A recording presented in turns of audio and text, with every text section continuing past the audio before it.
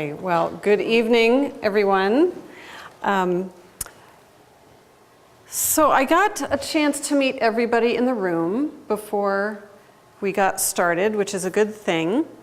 And I'm curious to know, like, how many of you currently have some kind of certification already under your belt in something? Like where we certified others? Or No, where you're certified yourself in something. Okay, great. How about licensed in something? Okay. How about just a certificate in something? Everybody, pretty much everybody should have their hand raised on that one, because we'll talk about certificate and what that means in a moment. Good, so, because what we're going to be talking about are some of the distinctions between those things, how to use a certification program in your business, how to use it as a tool to leverage yourself, all sorts of things about it, and most especially the steps of what it takes to create and design a certification program. And some of this is going to be a little interactive, some of it's going to be a little bit lecture. I like to have fun and engage and get some dialogue going, so if you have questions at any point, feel free to just say, hey Dinah, I got a question. And I'll be happy to repeat the question and answer it so that everybody can hear. And for those of you who this is a great intro to, but you have some sense that you've got more or deeper questions or you want to learn more, I'll let you know how you can get more information about certification programs, free ways to get that information or to have a one-on-one conversation with me afterward. So one of my core values in all the work that I do, on the surface, it may look kind of soft in terms of what you see in my certifications up there. It's kind of like the soft side of business, but I also have a very left brain mind. So I've got this really wild intersection of left brain and intuitive thinking that come together that make it, that's how I got the name Soul Translator from my buddies. So they're like, how do you like reach in and grab that out of me and put it into words or put it into form? And it's like, that's my thing. It's just, I came into the world with it. But the two things that I really stand for, whether it's helping someone design an offer, whether it's a certification program or any other kind of an offer, is that your voice is heard and your worth is honored. And so when I think in terms of putting an offer together or a certification program together, I'm coming at it from the mindset of what is it you really want to say and need to say through this medium, through this thing that you're birthing and bringing to the world. So number one, is your voice getting into it and reflecting you as a human being as well as your expertise. And then the other piece of it is making sure that it is, if it's something that you're going to actually market and sell, to make sure that it's priced in such a way that makes sense with your other offers that you have in your back pocket, as well as the big picture of how your offers should fit together. And I'm going to just touch on that a little bit in the presentation today as we go forward. But as you can see up here, I have a lot of certifications. At last count, I think I have 5. I've got some that have expired from the past. So I've got a lot of experience with getting myself certified for various reasons. But there's one up there in particular that I want to just touch on here, and that's the Certified Therapeutic Recreation Specialist one. That's a mouthful. But before I became an entrepreneur, I went to college to get my degree. That's actually a degree program, Therapeutic Recreation Specialist, and I worked with people with disabilities in clinical and community-based settings for my first career, my second career really. And one of the core skills that I had no idea I would ever use again, in therapeutic recreation, we called the skill task analysis. And it was a sort of reverse engineering way of program design. Like if someone's going to regain a skill or learn a new skill, we had to come at it very fundamentally step by step. How are we going to teach this to someone with a disability or someone with an injury, a brain injury that they're recovering from? And so unaware in my consciousness at that time, I had no idea I would ever use that skill again. But lo and behold, as a business coach, it's a critical skill in helping people translate their ideas into form and structure in such a way that other people can absorb it and learn from it.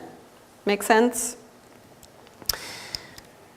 So let me give you a handout so you can take some notes. So I want to talk about some distinctions here. There's certified, there's certificate. These are the certified money marketing and soul coach. That's one that I have certification in, as well as the sacred money archetypes. Then we come into things like accredited. Ooh, what does accredited mean, John? Do you know? Nope. Accredited means there's some bigger entity, organization, that's kind of dictating the rules of the content and the depth of the training material. So if I were to get certified, my ACC or MCC or PCC through the International Coach Federation, my training requirement is that I would have to get a certain number of hours of accredited training before I can get that certification. And so the ICF organization accredits those training programs. It means they put their stamp of approval on them to make sure that there's a consistent level of expertise and professionalism taught. Then there's licensed. Intellectual property licensing is the one I want to focus on here. So if you're going to be creating a certification program to market, especially, licensing the material could be a very beneficial way to go. So for me, by being certified in these, the money marketing, the soul, and the sacred money archetypes, I'm not only certified, but I'm also licensed to use the registered trademarked material. So I've got done for me handouts, tools, things like that, that allows me to go and use that material legally. If anybody else tries to use it, then they can get in trouble. You do not have to have your material licensed to create a certification program that's very viable and marketable, however. So these are just different levels, and we'll talk throughout the presentation about what you really need just to get something going and what you can build up to.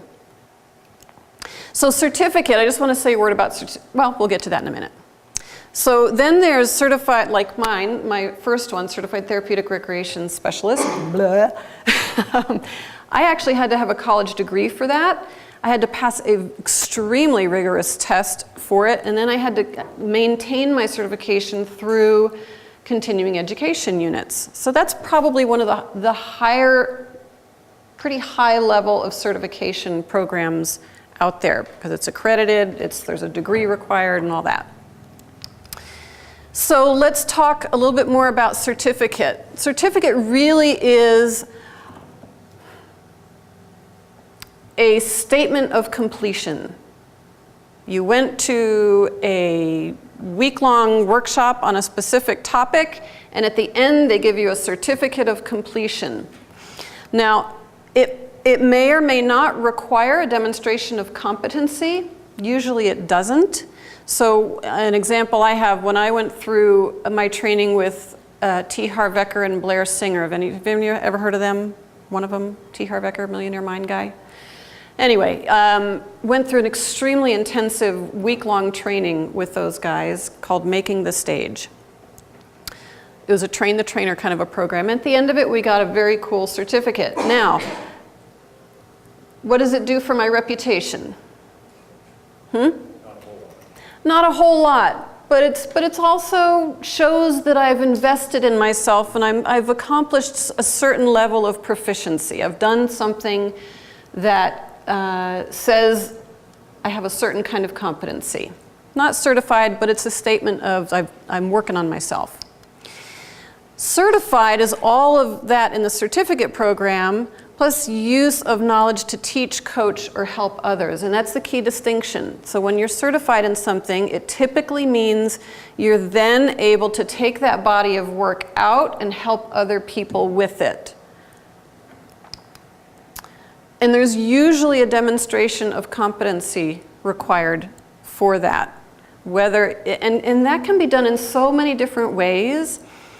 It can be a test, like a literal paper and pencil test or an online test, or it could be someone observing you coaching another person, or listening to, having a recording of a coaching engagement, and then a master coach listens in and critiques that.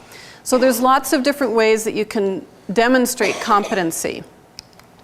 And then the certified and licensed, again, all of the previous, plus its permission to use trademarked and copyrighted content, materials, and processes.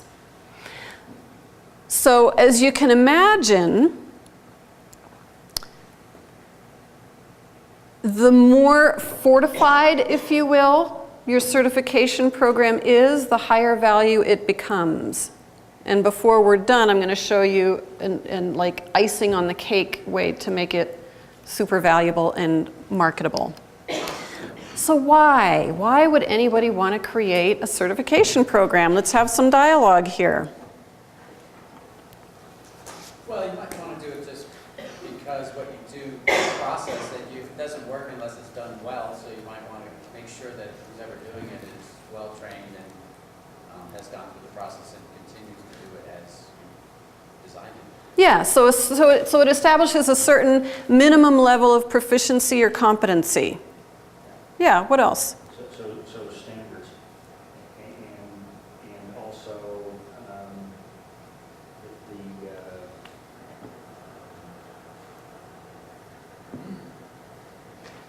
maintaining a higher level of credibility. Yes, so maintaining standards, establishing a higher level of credibility. Why else? State requirements. Maybe what you're creating is something that will be required by a government entity.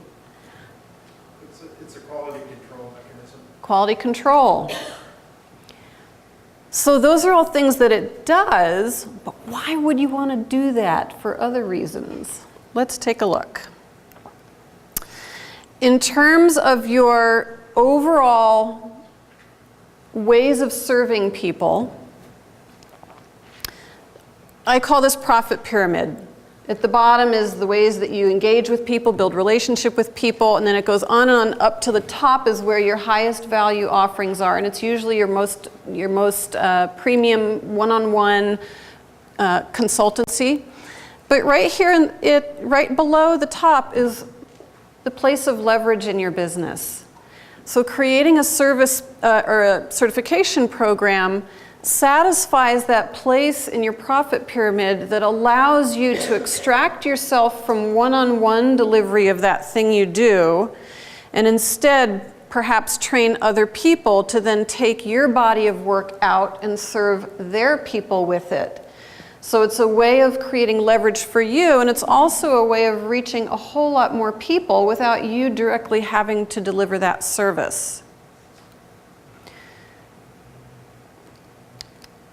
So let's talk about some of these. So we talked about building credibility, consistent standards, competency, exclusivity. We haven't mentioned that one yet.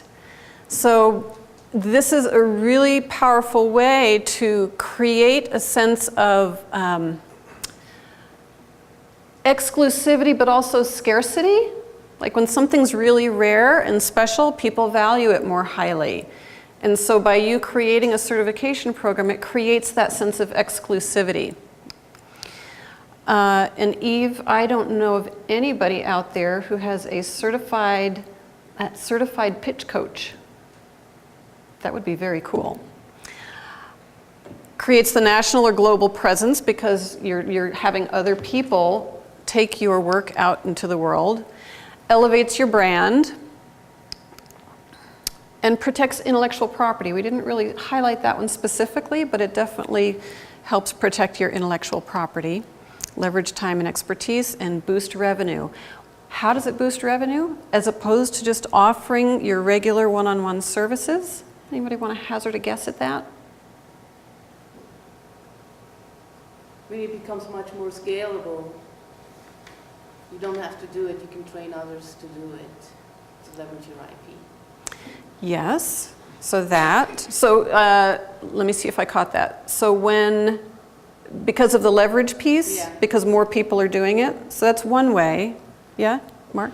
Boost your revenue because you're guaranteeing the repeatability at a certain level of all these things. Repeatability, okay. Repeat a system that's scalable. Scalability. Okay, so you're all right. And there's another thing I want to bring out here. Let's say Eve is offering her services as a pitch coach, meaning she works with entrepreneurs to coach them, teach them how to present their business idea to a lender, to a bank, right? So she has a very specific skill set, and let's say most of her work is one-on-one with people. But let's say she decides, instead of working one-on-one with people, I'm going to create this certificate because I've gotten so good at my method that I'm going to now create a training program to certify other, maybe public speaking coaches to do this body of work. As soon as she turns it from one-on-one coaching to a particular client into a training program, it increases the value of it. So instead of working with a private client in, let's say, 6 weeks to help them create their pitch, let's say, I don't know what you charge, I'm just going to throw out a number. Let's say it's $3,000 that she's doing, working with someone one-on-one. Now let's say she creates a certification program, and the value of that is no longer $3,000 because somebody's actually getting trained to have it as a piece of their business. Now the value of it, with all the right design and all that branding, is more like $5,000 or more. So it makes more sense from a business perspective for her to have a new niche to go out and market to the public speaking coaches. Are you with me? Yeah. Okay. So yes, it's leverage, but it's also the value of the actual offer is greater when it's a certification program or any other kind of defined training program. I wish he'd stop asking me about his credibility rating. I hate lying to him. Okay, so are you ready for a certification program? Let's find out. Here's our little checklist. So you've discovered, created, perfected, whatever word fits there for you, a system, a process, a method, or a technique that solves a specific problem, delivers a predictable outcome for yourself or your clients, and you want to teach others to do it too. So yourself or others. So let me give you an example of a couple people here know a mutual friend of mine, Tom. So Tom, and he's not making a program, but I'll use this as an example. But Tom had a heart attack not long ago, and this heart attack made him do some things differently. And he's a coach, so he's a life coach, and he's been coaching on a different topic. But since he had his heart attack, he has taken himself up by the bootstraps and changed his entire lifestyle, and he's dropped 50 pounds, something like that, in 3 months or less. So he has gotten amazing results and he feels great, and now he's thinking, maybe I'm going to coach on heart healthy living for men over 50. So it's just, and then he could certify other people once he gets his methodology down for what worked for him. He can then systemize that, turn it into a training program that other coaches can then go out and do. So another sign that you might be ready, you're overworked or overextended, delivering your teachable expertise and need to duplicate yourself. Anybody feeling that overworked, overextended kind of thing? Okay, good. Here's one. You train your staff or contract workers in your particular way of working, doing things, and then they get really good at it, and then they leave. And then they go and they start helping their own clients using what they learned from you. That could be a sign that it's time to create an internal certification program, or create a certification program and start training other people to do what you do, not necessarily in your own business. There's a couple more. Tom, I think this one fits for you. You see a need for people to learn a new skill in a new field, and you want to be on the leading edge of providing that training. People keep asking you how you do that thing that seems to come naturally to you. How many of you know? So here's where I'm going to encourage you to question what you think is teachable. If you say, this is just my God-given talent, I don't know how to teach this, I would say, if that's your God-given talent, explore that. Because I'll bet if you take a step back, it can be teachable. How many of you know Sue Frederick? Some hands went up. So Sue Frederick is pretty well documented intuitive. And you might think, well, how do you teach intuition? What's making this? My necklace? There we go. It's driving me crazy. No, it's just rubbing on that white thing. It was my dragonfly, I think. Yeah. Sue Frederick, intuitive. So she took this thing that comes naturally to her, and she actually took a step back, figured out what is it, how does this stuff come to her? And she actually realized it was teachable, and people started getting results practicing intuitive skills. And she now has, I think, 3 different intuitive coach training programs focused on different things. People all over the world are now becoming certified intuitive coaches. This last one, you're simply awesome at what you do. At coming up with marketable content. I would say this is my mentor, Kendall Summerhawk. She is just, her creativity is where her money is. She comes up with ideas. She's got probably 4 or 5 different certification programs that she creates that are really awesome, effective, helpful programs. So if that's you, this might be your avenue to go.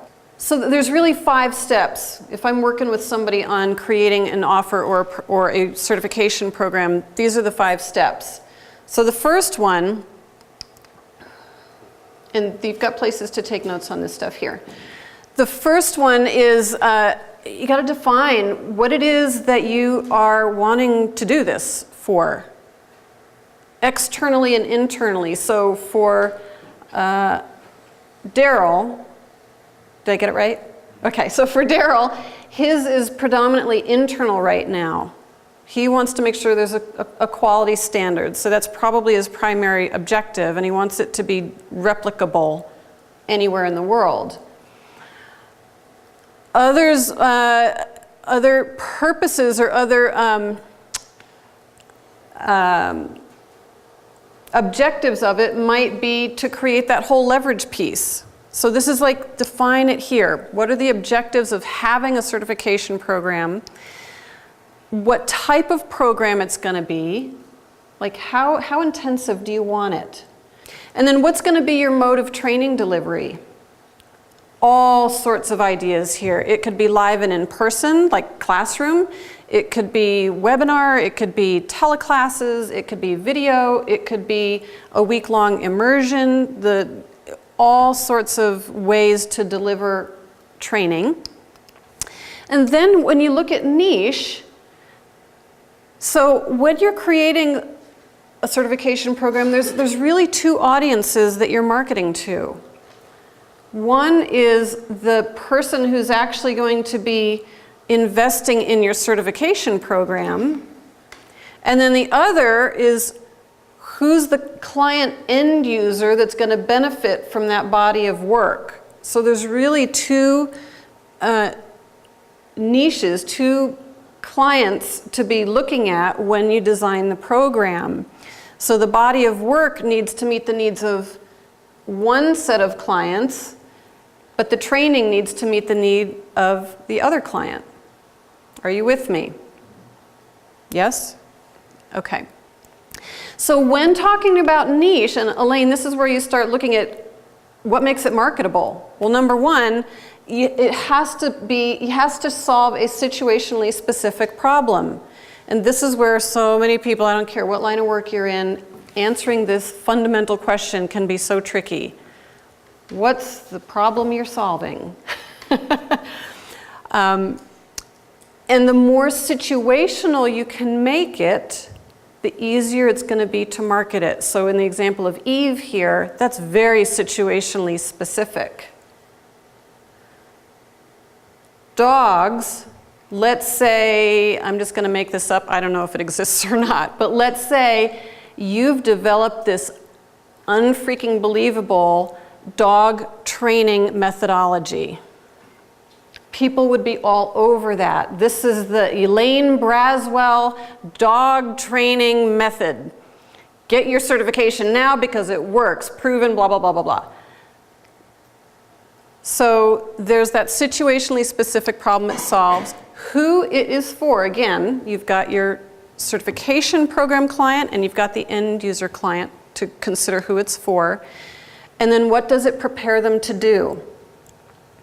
Both what should I call them? The certifyee? Does that work? Certifier. The certifier is the one who created the work, but the certifyee is the one who's going to be using it. So what does it prepare them to do?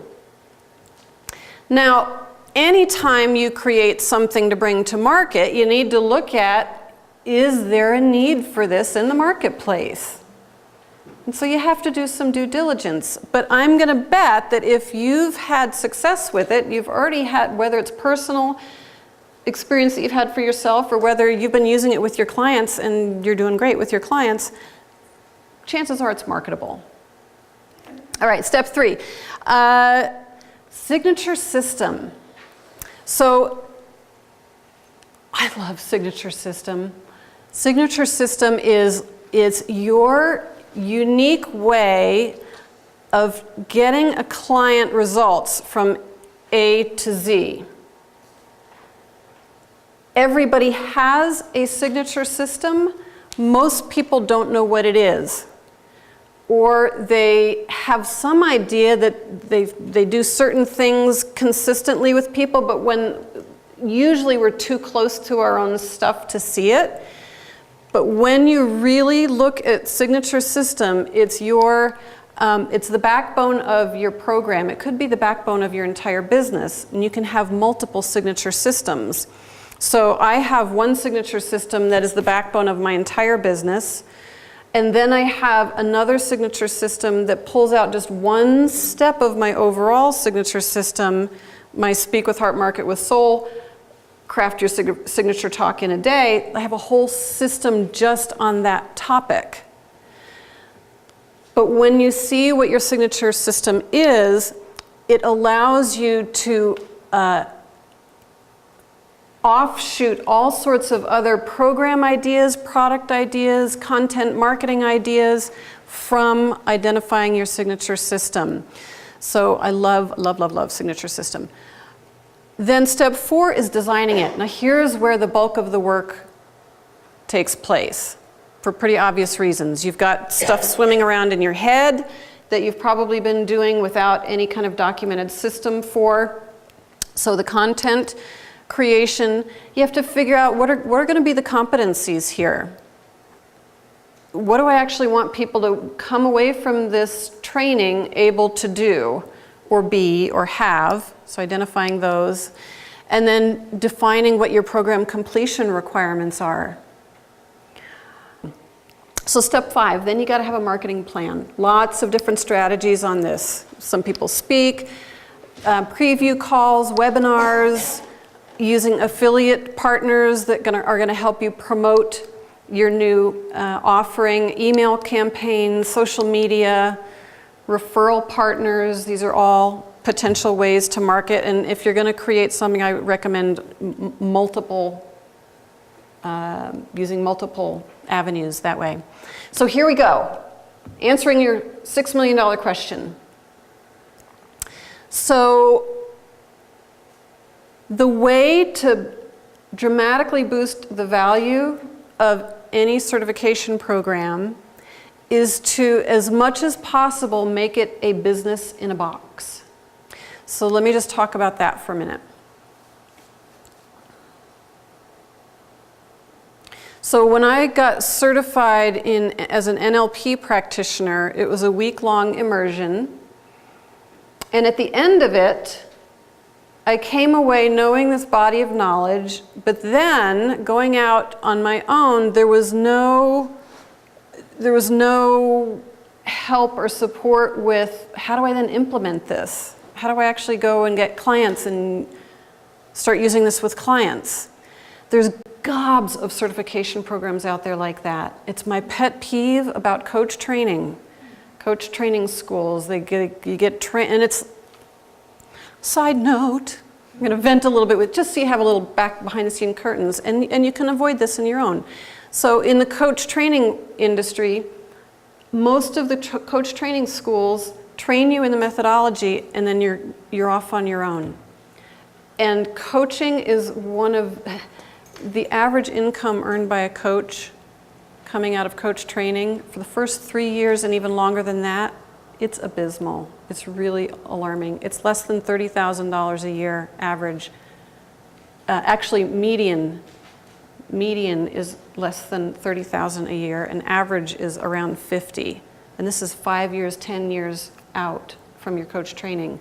And it's because, here's my theory, people come into it from a variety of backgrounds that have nothing to do with marketing, sales, understanding business. There's a lot of teachers, there's a lot of social workers, therapists, that kind of coming into coaching, and they don't know how to make a business out of it.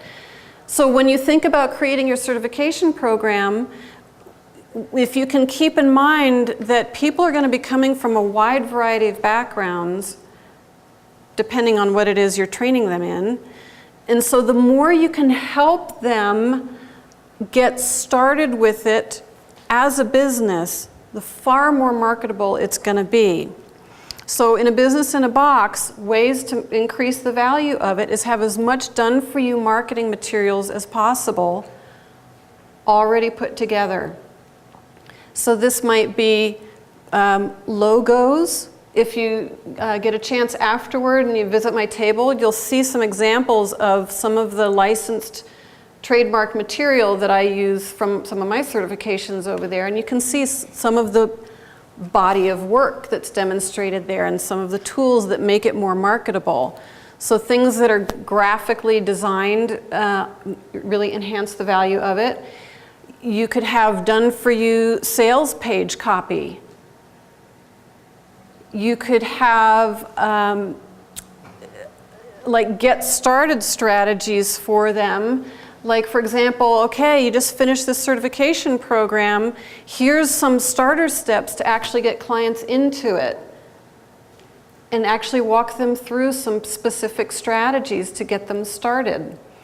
There's actually a, I actually had this idea, and I haven't, don't steal it, Eve. I was going to ask another question, but my husband is in a coach mentoring program with really specialized, get this.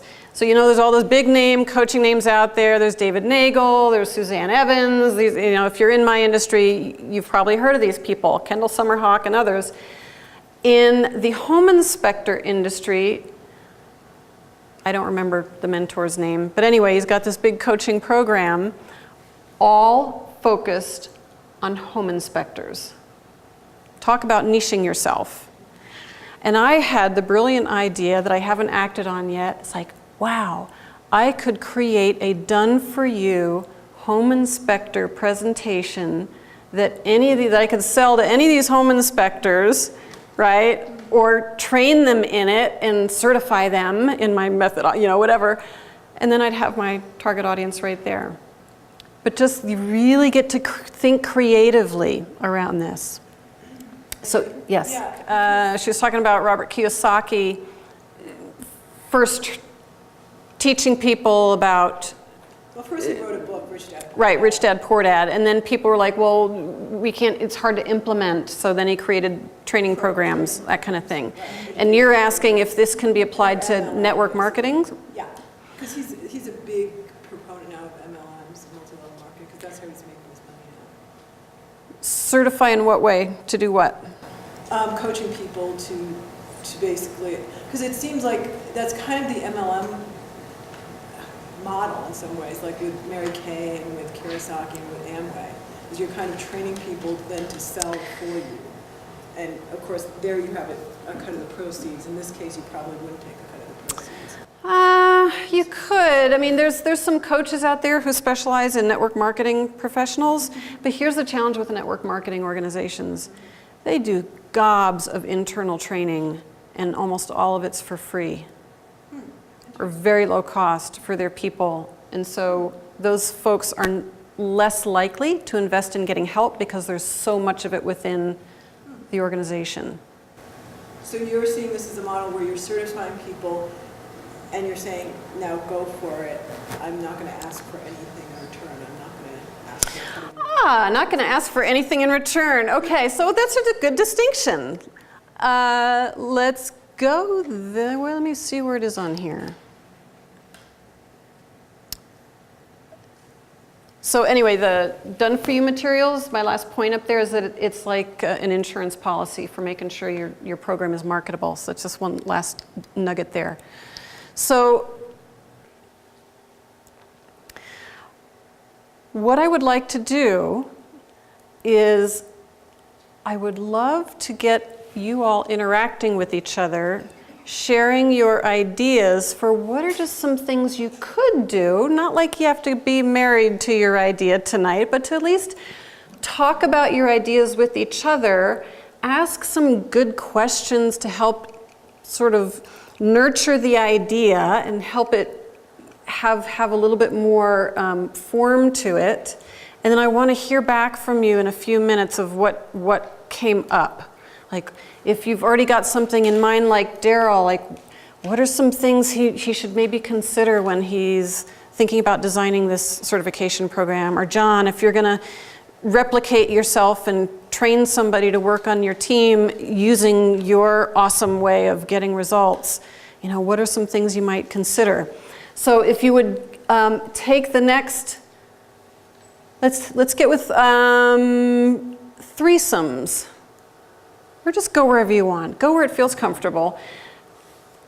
Let each person talk for about 3 minutes, sharing their idea, go back and forth, and we're going to make this quick. So it's going to be like 8 minutes to 10 minutes total.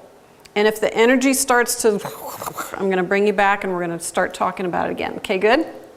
Clear? All right, go to it. Okay, so I'm curious if anybody got some new ideas or new insight into potential certification things that came up. Oh, I need to turn myself back on. Nothing new came up? Yes, what? Speaking with this lovely lady, you know, she gave me ideas about my art show. If it's successful the first time, do it again. If it's successful, then I can teach other artists, up-and-coming artists, how to put on their own art shows. Yes, Certify myself and get them certified. you can. Yes. Yep. I worked with a client recently, an artist, was a client of mine all last year. It wasn't creating a certification program, but she did unbelievably gorgeous paintings. And most of them were, well, some of them were custom and some of them were just her own creations that she would sell. And together we worked together, we created her artist mastery program, where now she mentors up-and-coming professional artists, including what do they need to have to be able to get into a gallery or to book a show, you know, all those kinds of pieces. So she turned her, that was an example, not a certification, but a program offering, similar thing, of turning her wisdom and expertise into a marketable program. Yeah. What else came up for people? Ideas, insights? Yeah. Well, one thing, it's the component that you were talking about in terms of the whole program and then the component of it. Because one thing that comes up a lot for people making presentations is just the PowerPoints and how to create effective PowerPoints. My question though is there's so many things out there. I mean, you can Google that, you can find 10 zillion people talking about how to create an effective PowerPoint presentation. Is it valid to create a certification program when the information is out there already and readily accessible to the public, I guess? I think it depends. There's plenty of people out there who are not Google researchers.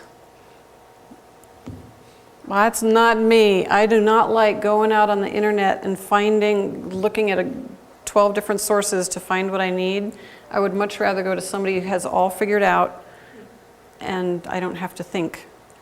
If you're finding this fascinating and it feels like you got a lot of, whether it's detail overload or you just feel like what you've got going is more complex than what can be covered in here, you might want to sign up to talk with me privately. Can you help me with this, Deb?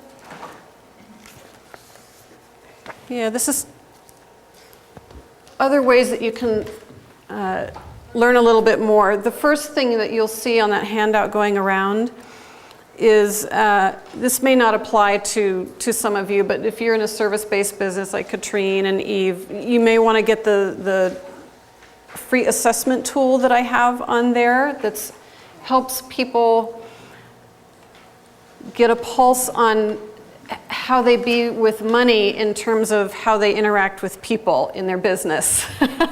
So it's a good assessment tool to see how you might be selling yourself short or limiting what you're able to earn once you see some of the questions on the assessment.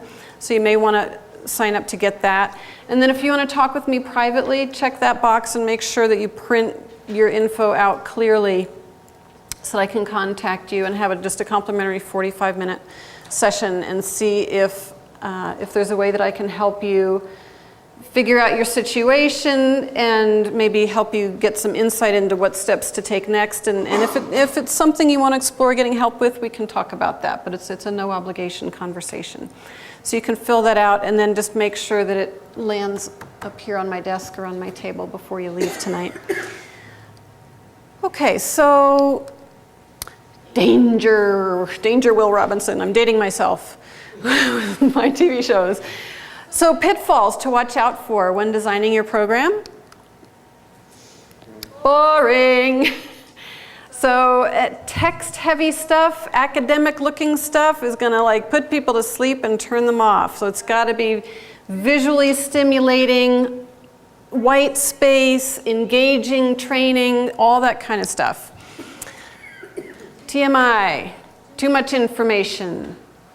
Very easy to fall into the trap of trying to cram so much stuff into your program that it ends up going over their head and not being applicable. So if you feel like you've got that much content, it's a great opportunity to consider level 1 certification and level 2 certification.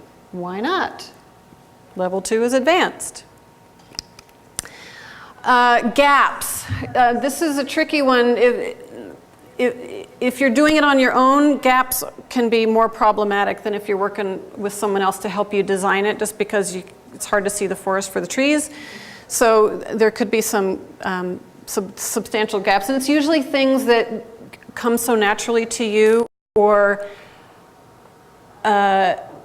you think are common sense that for someone learning it for the first time, it's not. And that's a point. I just want to land on that one for a moment.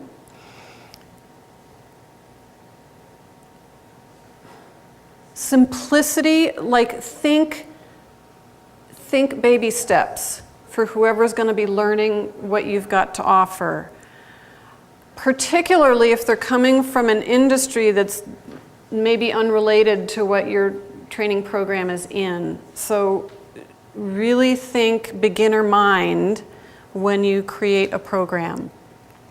Waiting for perfection. How many perfectionists in the room? I'll lump myself in that category. It's gotta be, oh, so polished and no double, triple, quadruple check. A year later, you're finally ready to put it out the door and nobody wants it anymore. So here's my take on that. And I learned this from many mentors will say this. Get it to 80% and get it out the door. The other 20% is probably stuff that you're the only one who's going to notice the little things that you maybe want to tweak next time. So get it to 80% and you're good. And then next time you go to, maybe you have pitch certification 2.0 is going to be the next version. Then you can bring all those people back, charge them another fee, and they'll get the upper level training and you'll make more money on it. How about that?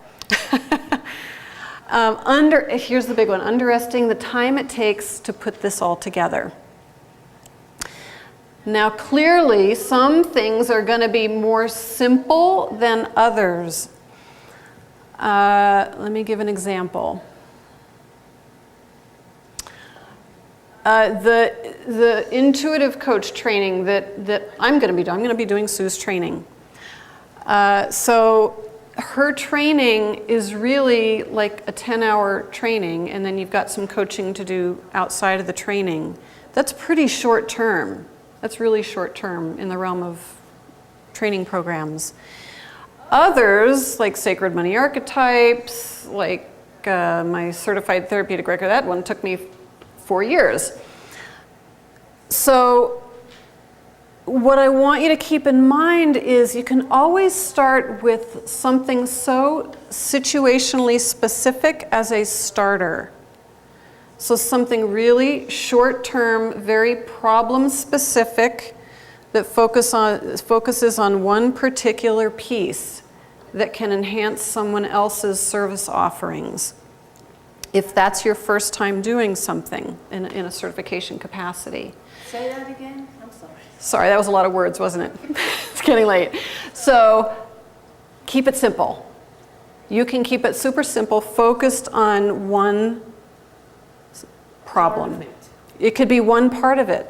So, and there's another training coming up I'm getting ready to do called Money Breakthrough Method. It's a piece of work related to the Sacred Money Archetypes, but it's very like a process-oriented certification that can be taught in a compressed amount of time, and it can just supplement what I'm already doing. So that kind of a program can be put together pretty quickly and create that income that you're looking for with it. So here's a rule of thumb about content creation or design time.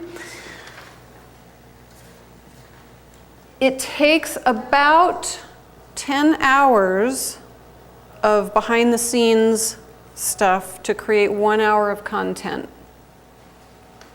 So if you're going to create something on your own, just keep that in mind, that you've actually got to time block in your schedule time to work on the program and then put it all together.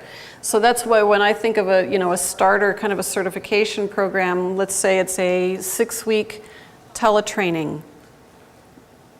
It's going to take about 60 hours to put that program together from soup to nuts, assuming you're going to offload some things like graphic design and materials design, that kind of thing. Does that scare anybody? It's natural. It's course creation. Normal. Yeah. Great. Isn't it, so it's 10 to 1, and when is it good enough? Is it when you've done it once and you've been able to replicate the outcome, or you've done it so that you feel good delivering the first time, or, I've seen people create their certification on the fly. Next week I have a training. I better come up with the content for it, and I'm going to put it together and create a module in my certification program. I've seen it done that fly by the seat of my pants. I don't recommend that. But if you've done it with someone before and you have some consistency already created for it, you're probably pretty close. But you might want to think again about the business in a box kind of piece about it. So I want to just give a couple of examples before we wrap up here. So these are people, Janice Pullen is a colleague of mine. This is an example of someone who, like my friend Tom with a heart attack who lost all the weight. This is a woman who was morbidly obese. She dropped the weight and kept it off for years. And she did it without drugs, without overexerting, you know, very naturally healthy. And so she turned that into a coaching program first, where she helped other people who were obese lose weight, and then she turned that into a certification program, which she calls ontological weight loss. And then there's Rachel Jane Groover. She's spoken here before. Do you remember her, if you've been here before? She is someone who has a beingness about her. Remember I said question what you think, you know, if it comes naturally to you, question whether or not it's teachable. She teaches something called the art of feminine presence. She figured out how to do that. And she has teacher training level 1 and level 2, and she's now teaching all over the world, training teachers in her method. Who buys it? Women who want to be, it's mostly around public speaking, showing up in without being that masculine driven, you know, traditional. It's about showing up in your whole femininity and being magnetic that way. And then there's things like the Gallup Strengths Finder. Has anyone ever taken the Strengths Finder test? Yeah, so it started out with that. You take the test, and then pop, pop, pop, pop, pop. All of a sudden they created a Strengths Finder Coach Training Certification Program. And now people go to their program to be able to take this into corporate environments and all over the place using that body of work. For $7,500. It's pretty expensive. Have you done it? No, I fake it. I use Strength Finder with my corporate clients. I fake it. Yeah, I think you can kind of weave it in without the whole certification thing. I don't know. Okay, so that's it. I would love, if there's any other questions, I'm happy to field them at this time. Yeah. Here's a question. How do you keep, or how would they keep track of people who are doing it legally or people who are just still reusing the content without paying them a recertification? Do you think they have a system? I do know that they do a little snooping. Yep. They know who's been through their program. They hear, when you start getting more people trained in your body of work, it kind of self-polices, because those of us who have paid to get that training, we don't like it when other people then go out and use it in an unauthorized kind of a way. Yeah, so there is that self-policing kind of thing that came in there. Yeah. So the question, if I understand it, is, are you at risk of plagiarism from plagiarizing when you do your research? Here's the rule of thumb about, well, you can't copyright, you can't steal copywritten material. However, research is, we go to college and we have to do research and we get different sources, and all of a sudden there comes a point when it becomes our own body of work. So a general rule of thumb is, 2 sources is copying, 3 sources is research. And when you start to digest it all and put it into your unique way, then it becomes unique to you. And as long as you're not copying, then you're good. Yeah, and definitely copyright everything that you do. I haven't said anything about trademarking, registered trademarking. I just want to say one little piece about that. Because several of the programs I've been through, it's registered trademark. The TM doesn't mean a whole lot, folks, in case you thought it did. It kind of makes you look important.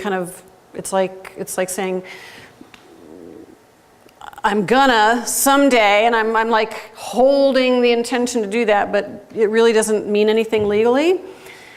So registered trademarks, if you're gonna you don't have to go that route when you're first getting started. Definitely copyright everything.